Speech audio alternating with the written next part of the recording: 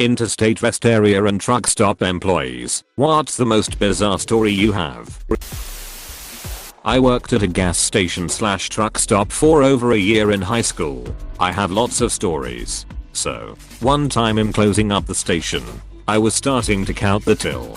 Before I turn on the security system and leave, I've got a wad of 20s when 4 cop cars come ripping into our lot. I run to the windows.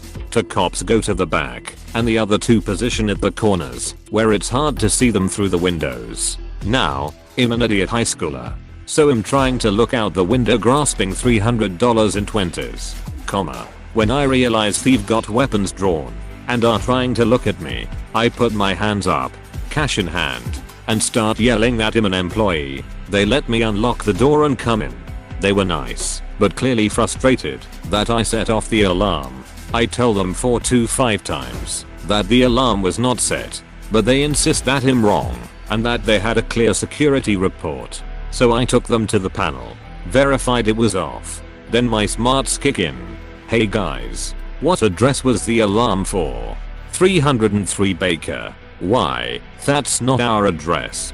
That's ABC Supplier Block North. They moved quickly to that business. I heard later that the safe was taken from that supply store. I've had guns drawn on me by 5 to 6 cops when I was driving near my house once. I gave one of them my ID and he says into his radio this guy's name is my name. Okay. He yelled to the other officers wrong guy and started to leave. I was like, what the duck is the other guy wanted for? Should I stay home this weekend to prevent getting shot by mistake? Cop said he can't talk about an active investigation and dipped. The thing that pissed me off is that I was playing tennis for an hour and a half before that and there was a cop in his car glaring at me across the parking lot the entire time. The tennis court was otherwise completely empty besides my friend and me. He cold just asked for my ID there and then without risking the safety of anyone there, but they blocked off a busy road and held me at gunpoint instead. This one time a guy who works at the same plant as me, I barely know him, was driving and all of a sudden a cop appears and throws a spike strip in front of his car. After realizing that it wasn't the vehicle that they were, after he was hurried off the road and later given new wheels. I worked at a weigh station for big rigs. There were 2 of us at the station working nights waiting for trucks to pull onto the scale. If anything weighing more than a pound got on the scale it would send an audible beep into the booth and light up the computers. If it wasn't a trucks then most of the time it would be the wildlife wandering out onto the scale, which we would ignore then quickly go back to watching Netflix or whatever. One night though it was something weighing 132 lbs. We couldn't see it from the windows, but checking the cameras we noticed it was a hunched over naked man shaking like a shitting dog and scratching the side of his face. While my co-worker radioed for the state troopers I used the intercom to tell him to get off of the scale. Instead he lurched on over and began licking the window. He did this until he was checked out by EMS and taken away by law enforcement for public intoxication. It was later discovered he was using meth. I'm impressed by the sensitivity of your truck scale. Former weighmaster checking and that was my first thought too. Years ago when I was a kid we were traveling with my mum, her best friend and my sisters. We were pretty tired and pulled into a truck stop for some food and bathroom break. We walk in, my mum asks a guy where the bathrooms were, he points us in the right direction and off we toddle. We come out, take a seat, and wait for the waitress to come take our order. She seems to be taking a while, but we figure she's probably busy and will come when she can. Eventually she comes over and tells my mum that everything is okay and the police are on their way. My mum, pretty confused, asks her what she means. Well, turns out we had walked into the middle of an armed robbery and my mum had actually asked the robber where the toilets were.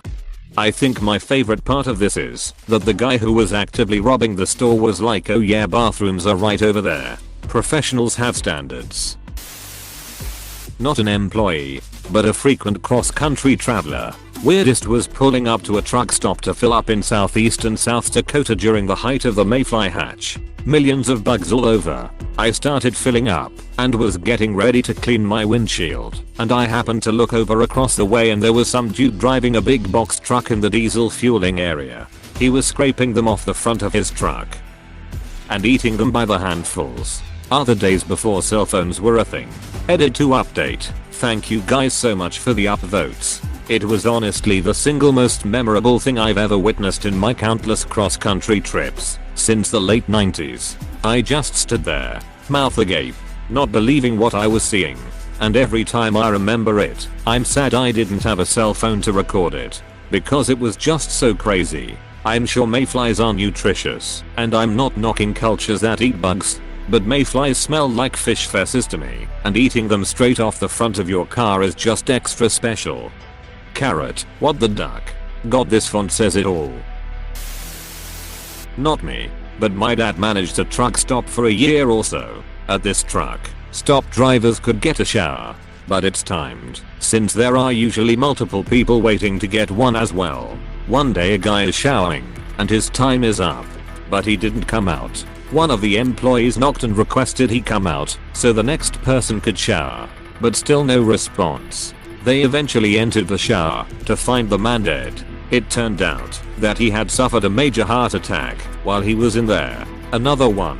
And apparently this is somewhat common.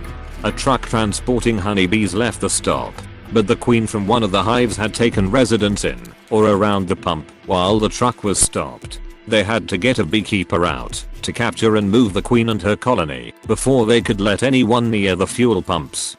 Most likely, the queen didn't escape, but the foragers came back from all the hives on the rig. Many stations actually forbid honey carriers by specific times. Basically, the bees swarm without a queen. Worked at a highway fast food place for about 8 years on and off. One story has always been my favorite. The night the mop was stolen by the stoned guy. The store was just outside a small town that day beside the highway. One night it was about 11 PM, and it had been quiet for ages. We had started to shut down and clean the dining room. There was only me and one other person working. We had done about half and were taking a break, having a chat behind the counter, killing time until we could officially shut and do the other half of the dining room. The front doors open and our immediate reaction is ugh. Customers. These customers stopped just inside the door and just stared. We realized they were locals and they were high as kites. One of them just stands in the doorway, looking around in stoned wonder. The other sees the mop bucket we had left out there. In preparation for doing the other half of the dining room, he proceeds to pick up the mop, walk a lap around the restaurant dragging it behind him on the floor, leaving a huge wet dirty trail. Then he and his mate turn and walk out the front door with the mop. It was one of those moments where you honestly don't know how to react. We just looked at each other and pissed ourselves laughing. We then discovered it was a huge problem. Turns out that was our only mop. We had to leave the floor dirty. Worst part was the restaurant manager was doing open the next morning. We left notes everywhere explaining what happened. But I still got a call at 5 AM bitching me out for leaving the store in such a state, even though she was the reason we didn't have a second mop. Too expensive apparently. No one believed us. And we didn't have security cameras to back us up. Fast forward about 6 weeks. One of the locals comes to work, thankfully when my manager and me were both working, and he walks in carrying a mop, the mop that had been stolen. He found it in the bushes on the back path from the rest stop to the town. Even now, almost 20 years later, I'm friends with the guy I was working with, and we often reminisce about the night the stoned guy stole our mop. So random. Up there with the night the cat got stuck in my engine. I demand to hear the cat story. Right. The cat story. There was a stray cat that we noticed hanging around. We started to feed it and gained its trust and discovered it was pregnant. It didn't come by for about a week, and when it came back we realized she'd had her kittens. We had no idea where they were, as we'd never been able to figure out where she was living. But she always came for food. One night I was serving a car at the drive-through window and saw the cat coming across the parking lot with 2 little kittens. We all got so excited that she was bringing her kittens to us. There were 3 of us working that night. Me, the same guy from the mop incident, and a 14-year-old. We've climbed out the drive-through window quicker and easier than walking around the counter to the door. Mama cat came straight over and started to eat her chicken. But the kittens hung back. They were very scared. We carefully approached the kittens with carefully chopped up chicken, but they fled from us and ran underneath my car. We lay down on the ground trying to coax them out. One of them panicked and, seeing no other way out, decided to go up instead of running out like the other did. Yes, the kitten went up into my engine bay. I grabbed my keys from inside the restaurant. By this time we had been outside for about half an hour. We sent the 14-year-old in the handful of times customers showed up. Nights were usually pretty quiet. Opened my hood and the first thing we saw was a kitten head up the back wedged in between bits of stuff, but away from the main engine.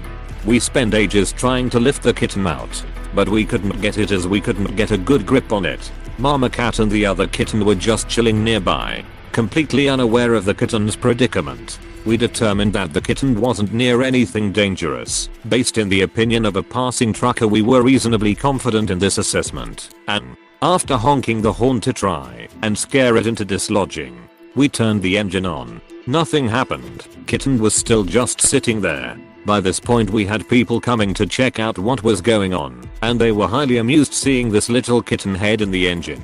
But no one had any ideas on how to get it out. Still trying to shock it loose, we ended up slowly driving the car around the parking lot. Bonnet up. Kitten and engine. Nothing. Kitten wasn't moving. I'd like to point out that I was 18 at the time. So was the other guy there. 2 18-year-olds and a 14-year-old does not make for sound judgment calls. And none of the passing adults who came to check the situation out told us otherwise. In fact, one of them suggested it. It had now been about an hour and a half since the kitten climbed in. We were out of ideas of what to try and couldn't keep a straight face long enough to imagine calling the NRMA, Australian AAA, for assistance. But we didn't know what to do, and there was no way I could drive my car the 20+ kilometers to home. As we were figuring out what we should do, across the parking lot a biker came out of the other restaurant and got onto his bike and started it with a huge reverend. One of those very loud, shake the ground bikes. Miracle of miracles, the kitten was startled and pop fell out of the engine. Kitten ran over to Mama Cat, who had just been chilling nearby the whole time with the other kitten, and had a good lick from Mum, completely unharmed by its adventure. Then they all headed off into the night. We never saw Mama Cat or the kittens again. Thankfully this time I had evidence of the strange event. I had a camera phone, which was still a relatively new concept back then, and got a photo of the kitten and the engine. Still have that photo around somewhere. This story now has a very amusing epilogue. A few months ago I got a text from the guy who was there, and who was there for the mob. It just said it happened again, and he sent a photo. He had a kitten stuck in his engine in the exact same spot. 15 years later, this one was able to be lifted out, and he decided to keep it. Worked in a sandwich restaurant in a truck stop. One day several years ago, on one of my days off, one of our maintenance workers, we'll call him Michael, was doing his rounds changing trash cans in the truck parking lot. Michael supposedly happened across a 2 or 3 foot length of PVC with caps on either end. For most people, alarm bells should be going off. Not for Michael. He started lightly beating things with it and tossing it on the ground, like one would with a small branch or something. Guy takes it into the truck stop and throws it away in the garbage can under the cash register and forgets about it. Several hours later at shift, change has giving an informal report to the incoming shift manager and casually mentions that he found something like a pipe bomb or something in the lot and that he threw it away under the register. Shift manager goes white as a ghost and says there's a pipe bomb under the register. Michael says yeah. The shift manager immediately vacates the premises, herds all the employees and customers out, and phones the authorities. The volunteer fire department, which I happen to be a member of, got toned out to block traffic into the parking lot and keep people at a distance. Sheriff's department shows up, realizes this is above their pay grade, calls the state police. They quickly realize the same and call in the bomb squad from the nearest major city and the ATF. All these important people are slowly gathering in the parking lot a healthy distance away from the building, while I keep having to run back and forth across the parking lot in the 95-degree heat in turnout gear to explain to pissed off truck drivers that no, they cannot go in the truck stop while there's a bomb inside. And no, I did not make that rule. The news ends up showing up. The ATF shows up. They suit up in bomb suits, walk in, carry the pipe bomb out, Set it on the ground at the corner of the concrete walls of the building. Run some detonation cord back to their truck. And set it off. The explosion was the size of a somewhat large firecracker. Michael got fired.